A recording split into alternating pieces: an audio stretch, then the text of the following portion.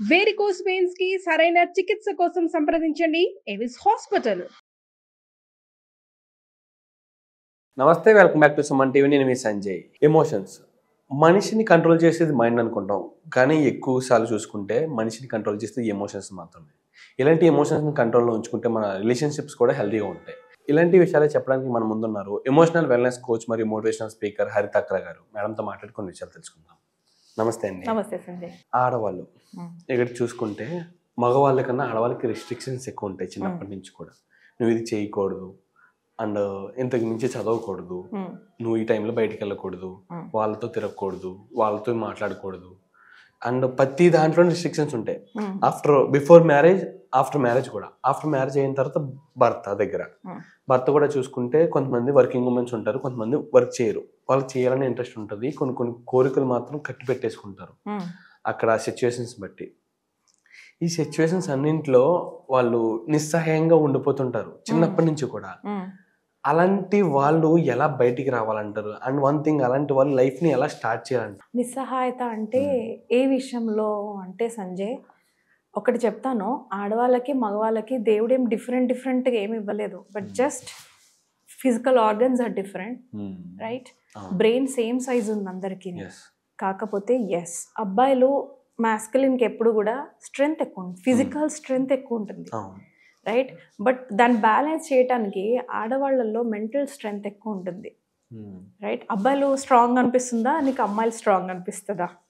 నన్ను అడిగితే మెంటల్లీ అమ్మాయిలు స్ట్రాంగ్ ఉంటారు, అమ్మాయిల్ని కండిషన్ చేస్తారు, ఫిజికల్లీ అబ్బాయిలు, రైట్? కానీ అమ్మాయిల్ని కండిషన్ చేస్తారు చిన్నప్పటి నుంచి. ఏంటంటే నువ్వు వీక్, నువ్వు ఎందుకు ఏడుస్తున్నావు, చిన్నదానికి నీకు ఎందుకు ఏడుపు వస్తుంది, నువ్వు అక్కడికి వెళ్ళకూడదు.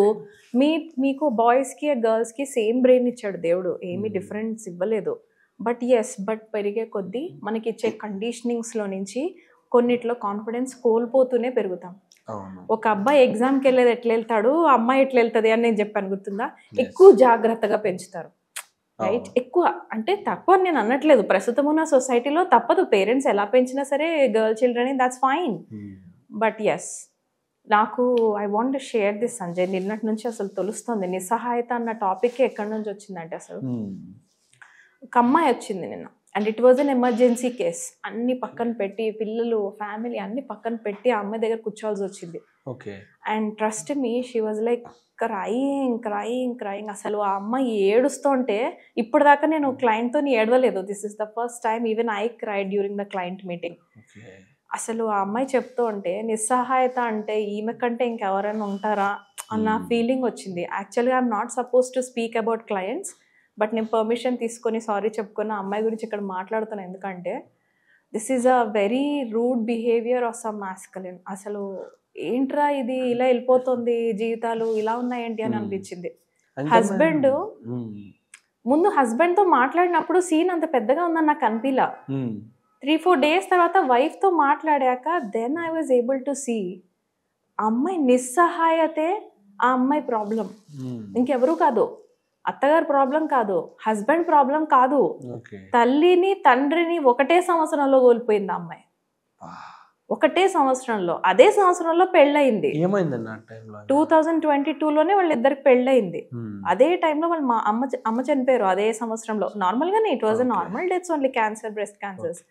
ఆ అమ్మాయి లైఫ్లో చూడు, ఒక పర్సన్గా అమ్మ చనిపోయిందని హ్యాపీగా, అంటే అమ్మ చనిపోయినందుకు బాధపడాలా, ఆ ట్రామా నుంచే బయటికి రావాలా? ప్యారలల్గా మ్యారేజ్ అవుతుందంటేనే తల్లి చాలా హెల్ప్ చేస్తుంది సంజయ్.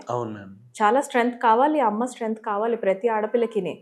ఇక్కడ అమ్మ లేదా, అదే సంవత్సరంలో నాన్న చనిపోయారా, అన్నయ్య ఉన్నా లేనట్టేనా, చుట్టాలు ఉండి బాగు చేస్తారా అంటే పెళ్లిల్లో గొడవలా, హస్బెండ్ని కించపరచటమా? ఆ అమ్మాయి అవే ఫేస్ చేయాలా, ఈ ట్రామాసే ఫేస్ చేయాలా? కొత్త ఇంటికి వెళ్తున్నాను, అక్కడ అడ్జస్ట్ అవ్వాలి కాబట్టి నాకు ఎవరు నేర్పించలేదు, నేనే నేర్చుకొని బయటికి వెళ్ళాలా? What is she suppose to do?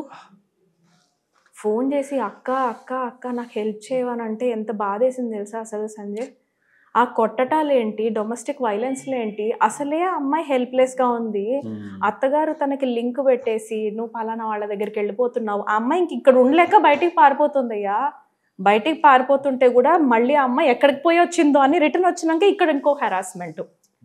భర్త పాపం భర్త మంచోడే, కానీ ఎప్పుడైతే మదర్ ఇన్ లా ఇన్వాల్వ్ అయిపోతుందో ఓవర్గా, అతను తల్లిని నమ్మాలా అప్పుడప్పుడే వచ్చిన భార్యను నమ్మాలా? తల్లి అంటోంది అరే అది 2 రోజులు బయటికి పోయి వచ్చిందిరా, అది నార్మల్గా రాలేదు, జాగ్రత్త, లింక్ పెట్టేశారు, అయిపోయింది, షీఈస్ డన్.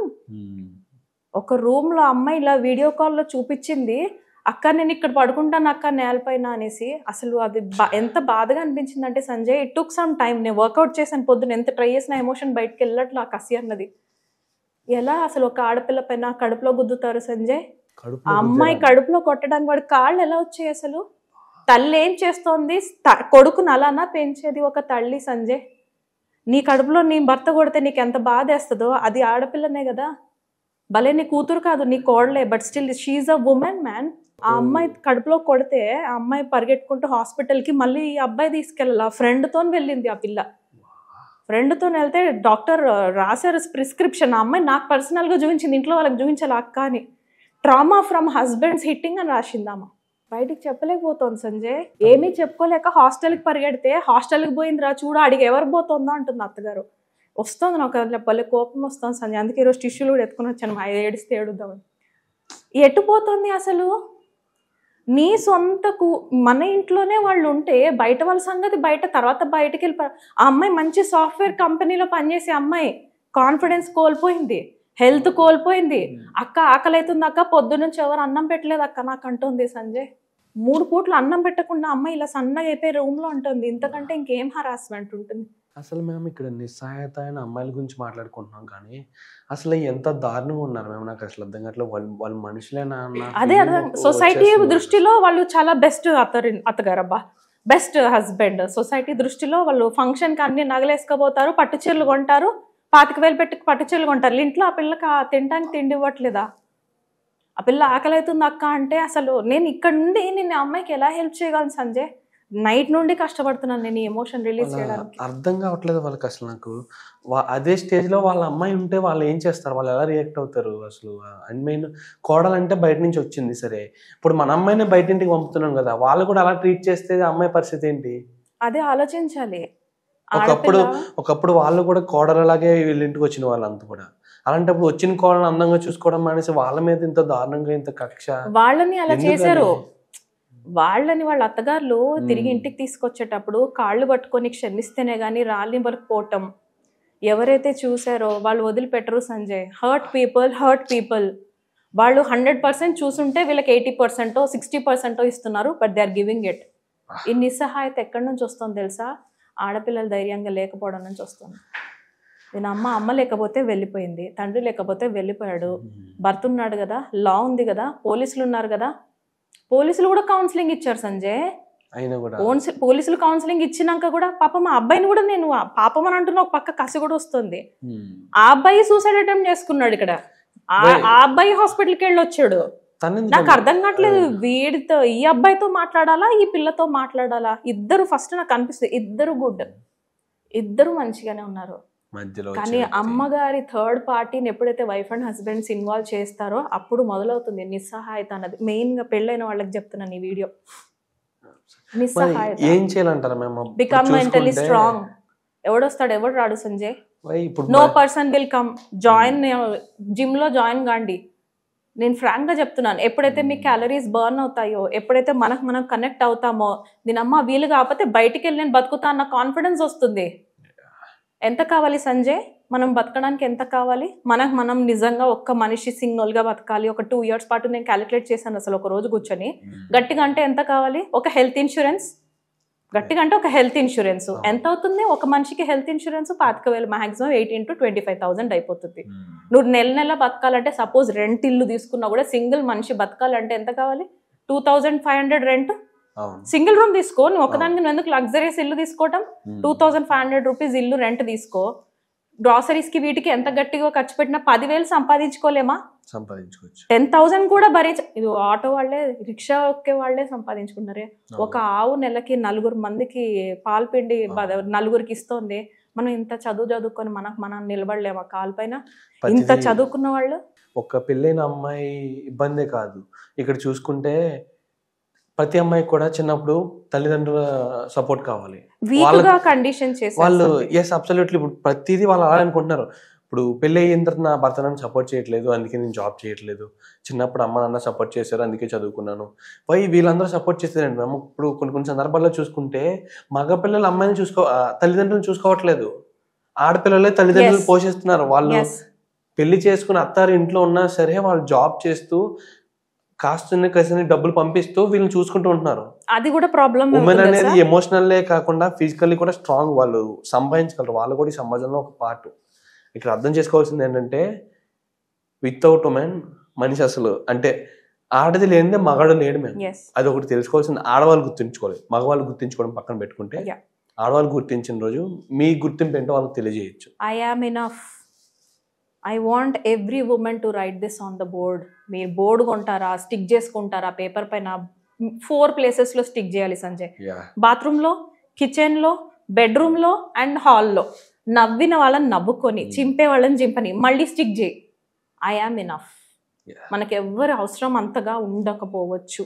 ఫస్ట్లో ఇనీషియల్గా క్లైంబర్కి కూడా ఒక స్టిక్ కడతాం, అవునా కదా? పాదు పైకి ఎక్కాలంటే మనం కడతాం.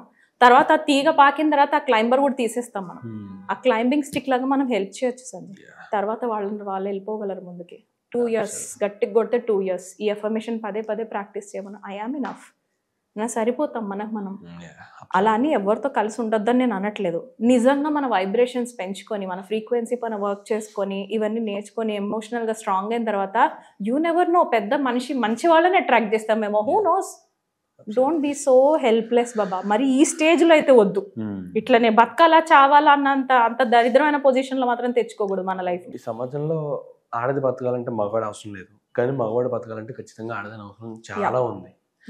అది మగవాళ్ళు కూడా తెలుసుకోవాలి. అంటే నేను అందరు మగవాళ్ళని తప్పు పట్టాలని అనట్లా. ఇప్పుడు ఆడవాళ్ళని హింసించి నీకు నేనే గతి, నేను లేకపోతే నువ్వు లేవు, నేను లేకపోతే నువ్వు పోషించలేరు, నేను సంపాదించకపోతే నువ్వు తినలేవు, ఇలాంటి ఈ మైండ్ సెట్లో ఉన్న వాళ్ళు ప్రతి ఒక్కరు అర్థం చేసుకోవాలి. ఒక్క రోజు కానీ మీ ఇంట్లో ఆడ మనిషి లేకపోతే నీ పరిస్థితి ఏంటి, ఇది గుర్తుంచుకున్న రోజు అన్ని గొడవలు కంట్రోల్ ఉంటాయండి. మీరు చెప్పిన మాట నిజంగా. Thank you ma'am. Thank you very much. Thank you Sanjay.